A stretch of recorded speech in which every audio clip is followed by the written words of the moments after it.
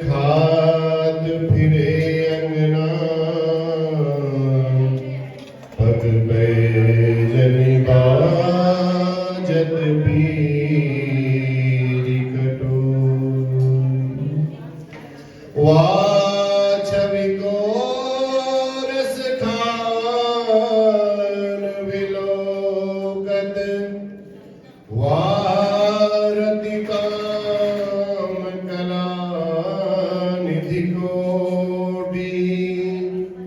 काग के भाग कहाँ कहिए,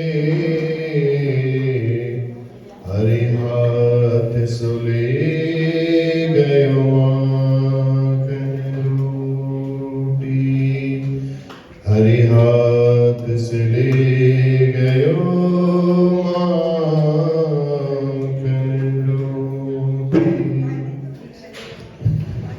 हे प्रभु मुझे बता दो, हे प्रभु मुझे बता दो, चरणों में कैसे आऊं। हे प्रभु मुझे बता दो, हे प्रभु मुझे बता दो, चरणों में कैसे आऊं। हे प्रभु मुझे बता दो, हे प्रभु मुझे बता दो, चरणों में कैसे आऊं। माया के बंधनों में, माया के बंधनों से अब मुक्ति कैसे पाऊं। हे प्रभु मुझे बता दो, हे प्रभु मुझे बता दो, ना जानो कोई भोजन, अज्ञानी हूँ मैं भगवन। ना जानो कोई भोजन, अज्ञानी हूँ मैं भगवन। ना जानो कोई भोजन, अज्ञानी हूँ मैं भगवन।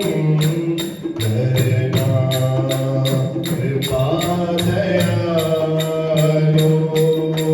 करना कृपा दयालु, बंधन से छूट जाऊं।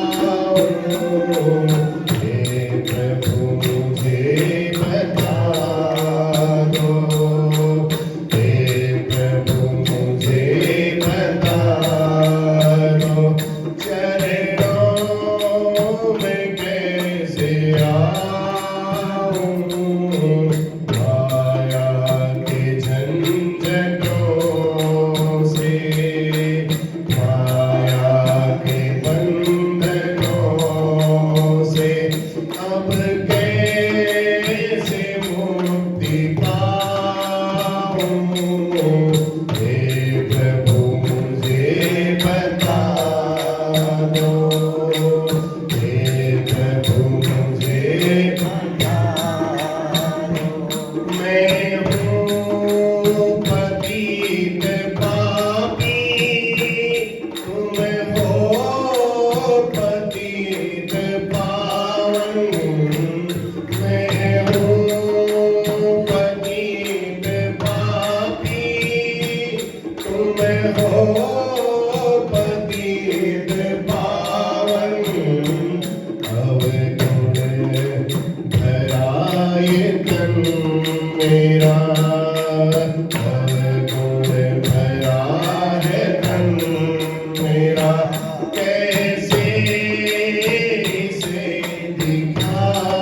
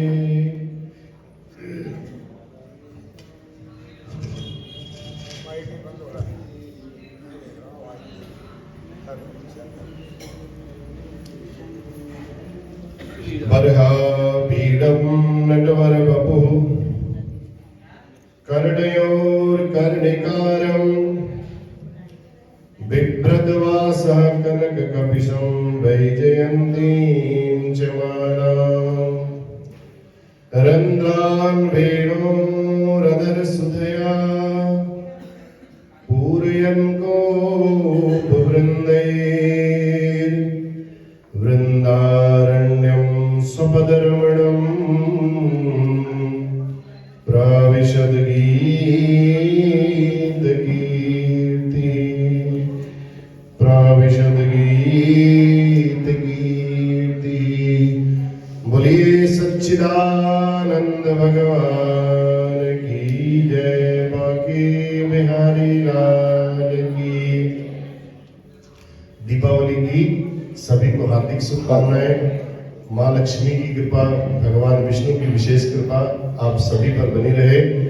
भगवान विष्णु का जब हम स्मरण करते हैं तो लक्ष्मी जी स्वयं प्रसन्न होकर के हमारे द्वार पर चल करके आ जाती हैं। इसलिए कार्तिक मास में आप लोग भगवान श्री हरि को प्रसन्न करने का पूरा प्रयत्न कर रहे हैं।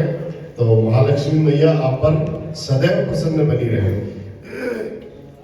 पूरे महीने भर भगवान विष्णु की सेवा करोगे तो लक्ष्मी मैया अपने आप पर प्रसन्न होंगी और आपके घर में स्थिर निवास करेंगी। तो इसलिए दीपावली की सभी को हार्दिक शुभकामनाएं, बहुत बहुत बधाई सभी को।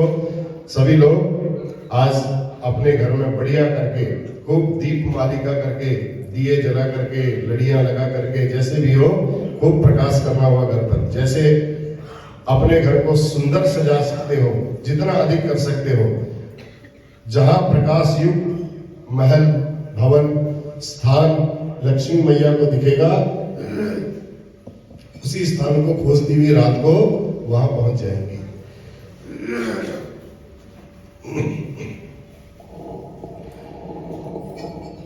नारद जी कहने लगे, राजा पृथु को कहा, महाराज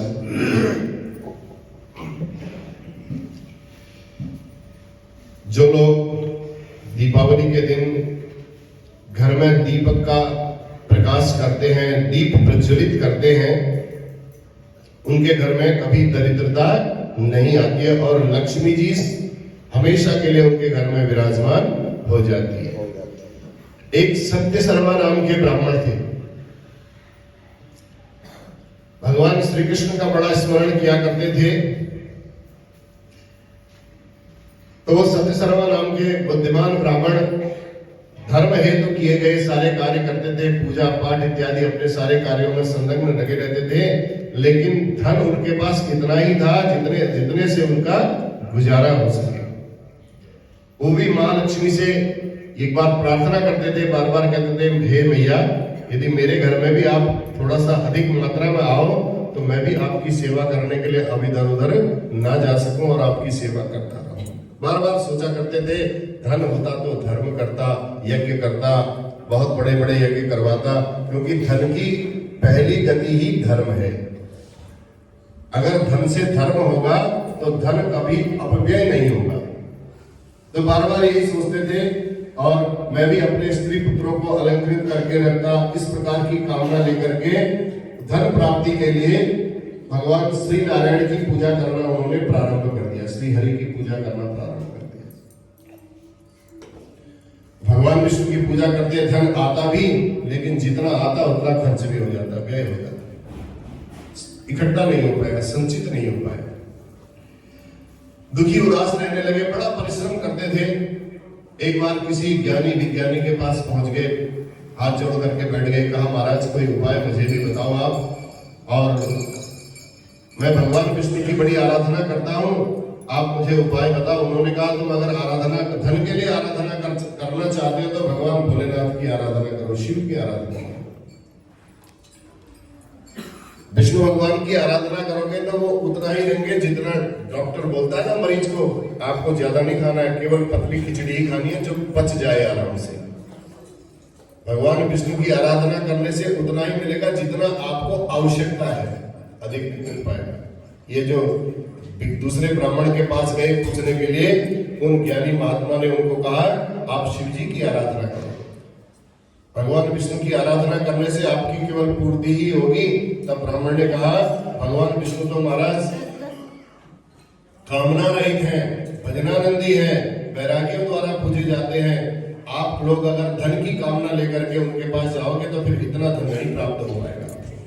ऐसा सुनकर के अब उन्होंने घर पर एक शिवलिंग भी स्थापित कर लिया। घर पर शिवलिंग स्थापित किया, शिवलिंग शिव जी की पूजा करने लगी।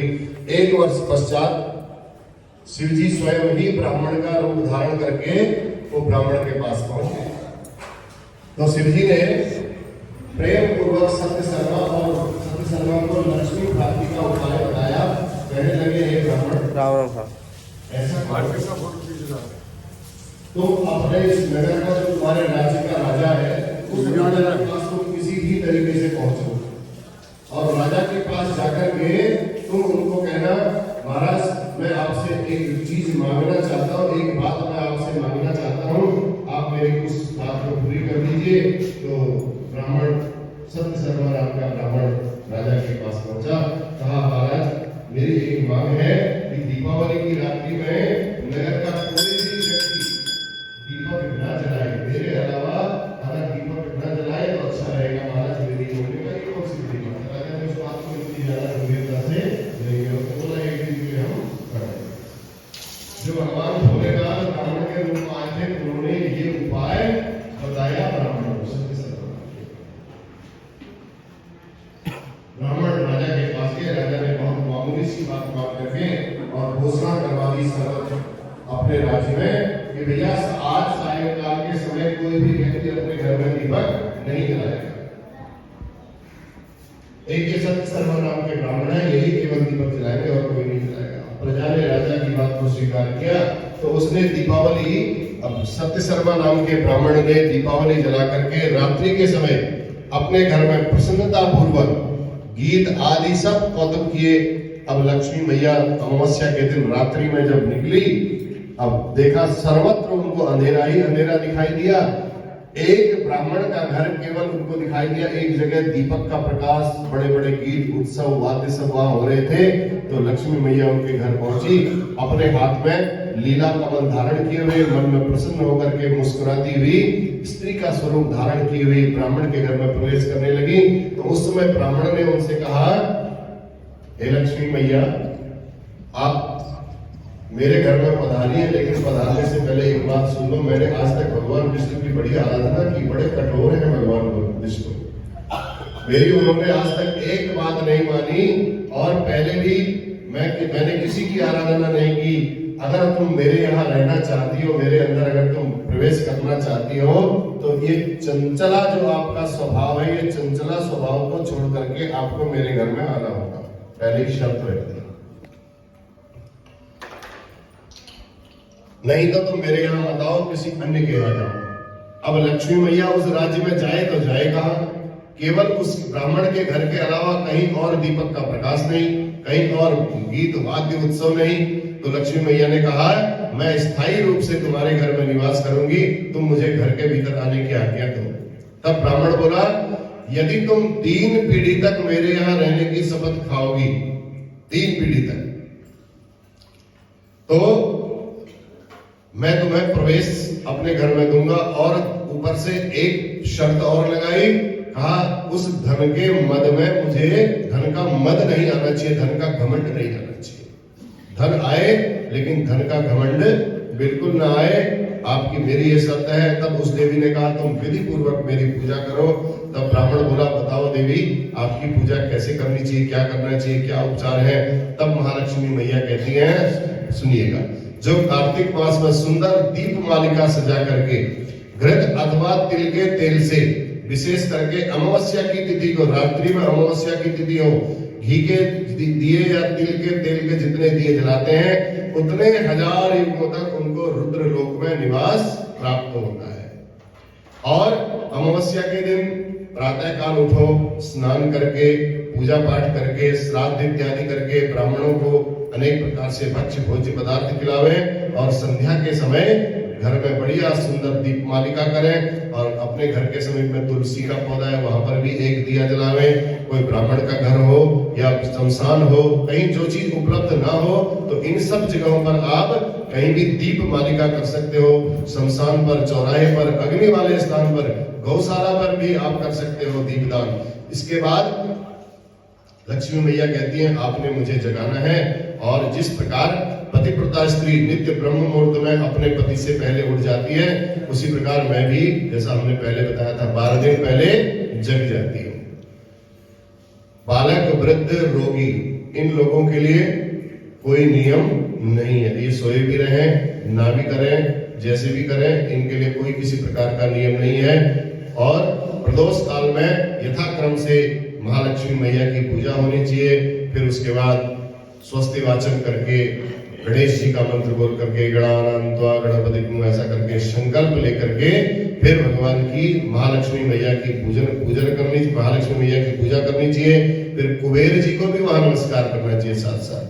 कुबेराय नमः, वैश्रवणाय नमः, महाराजाय नमः। इस प्रकार प्रार्थना करनी चाहिए, हे देवी मैया, आप सब निधियों की स्वामिनी हैं।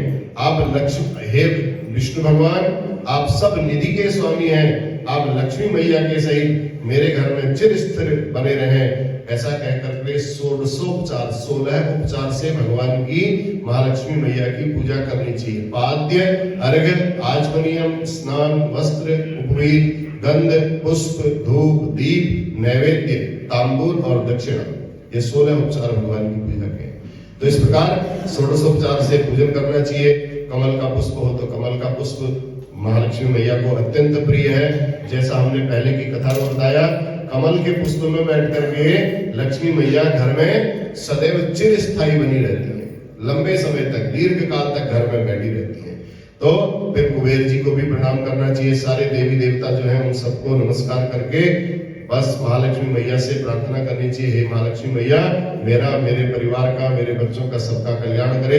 विद्याधरी महालक्ष्मी, पद्माक्षी, लोकनायिका, ऐसे ऐश्वर्य से संपन्न जो भी महालक्ष्मी के आप नाम ले सकते हो, उनको धूप, दीप, नैवेद्य इत्यादि दिखा करके उनसे प्रार्थना करनी चाहिए। और कहना चाहिए, हे देवी मैया, जो सब लोगों में, देवताओं में आप भगवान विष्णु के साथ विराजित रहती हैं, ऐसे ही मेरे घर में भी आप सदैव, हमेशा, और मेरे हृदय में भी आप सदैव विराजमान रहें, ऐसी प्रार्थना करनी चाहिए। और मेरी इस पूजा को आप स्वीकार करें। जैसा आपका भाव बनता है, जो मैंने यहाँ से बताया वो नहीं भी समझ में आ रहा है, हाथ जोड़ करके जैसा आपको आता है अपने भाव भक्ति से, श्रद्धा है, अगर आवश्यकता है किसी ब्राह्मण को बुला करके घर पर पूजन कराइए, नहीं हो पाता है आप स्वयं अपने घर पर पूजा करिए। जैसा आपका भाव है, केवल हाथ जोड़ करके भगवान से आगे बैठ जाइए, बस प्रार्थना करिए कि आप मेरे घर में स्थिर रूप से बनी रहे। लक्ष्मी मैया की विशेष कृपा आज ही के दिन होती है, जो स्थिर रूप से घर में टिकी रहती है। तो इसलिए इसके बाद सत्य शर्मा नाम का ब्राह्मण लक्ष्मी जी का पूजन करने के बाद सुख समृद्धि से धीरे धीरे धीरे धीरे धीरे 1 वर्ष के पश्चात इतना समृद्ध हो गया, उसकी दरिद्रता सब दूर हो गई। जब दूर हो गई तब ब्राह्मण ने यज्ञ करना प्रारंभ कर दिया, खूब दान देना प्रारंभ कर दिया, सब लोगों को बुला करके बड़े बड़े भंडारे कराना प्रारंभ कर दिया। तो उस धन का उसने सदुपयोग प्रारंभ किया और उसके बाद भगवान विष्णु का पूजन करता था। उसने अन्य लोगों को भी इस प्रकार समझाया।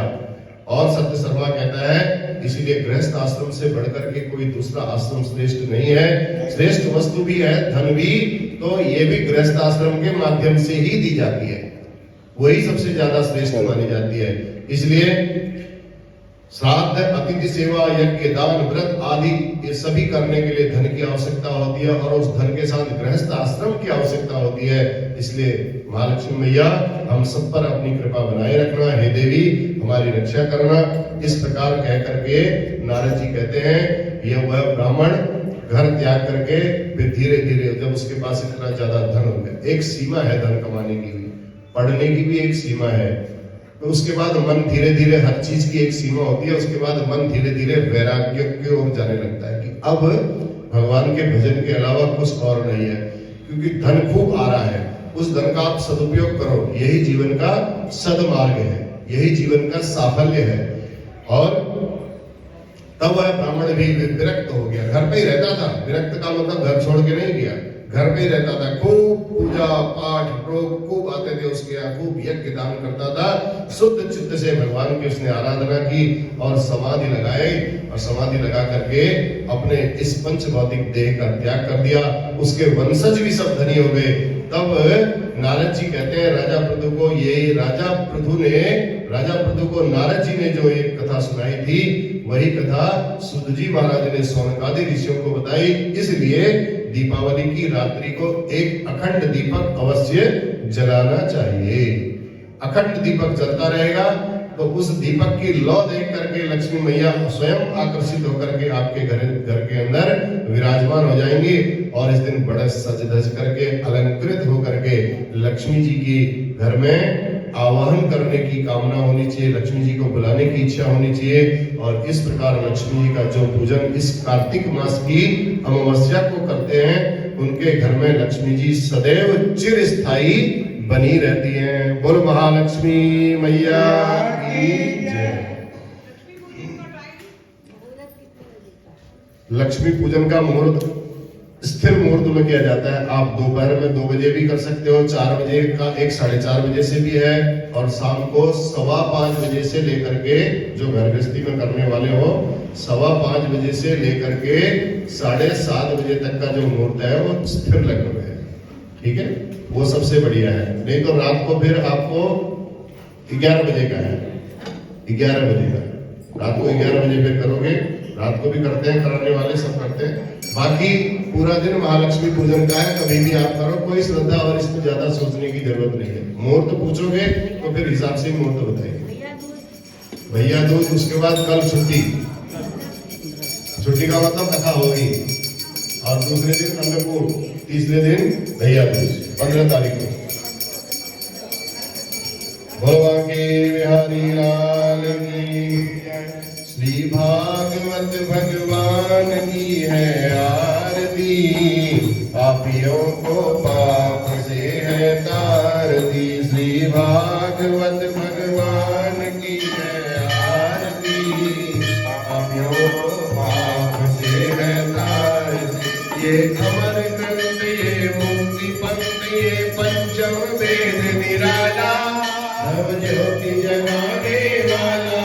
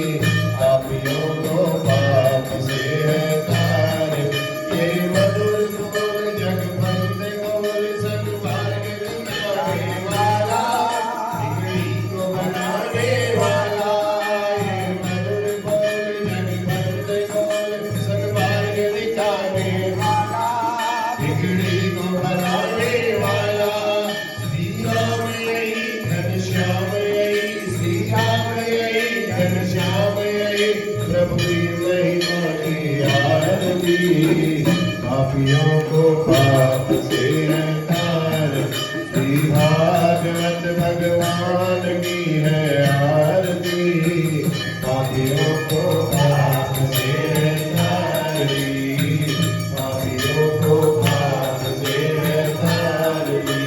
कर्पूर गौरम करुणावतारम संसार सारम भुजगेन्द्रहारं सदा वसन्तं हृदयारविन्दे। तमेव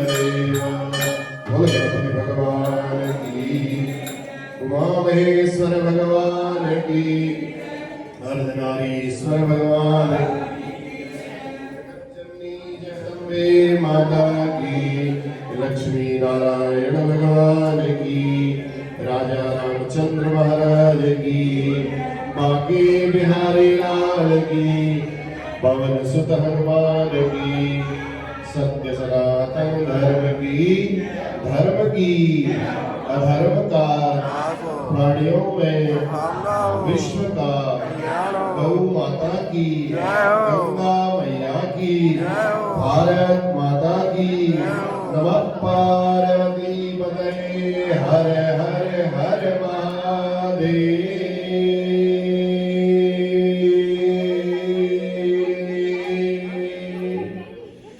जय जय श्री राधे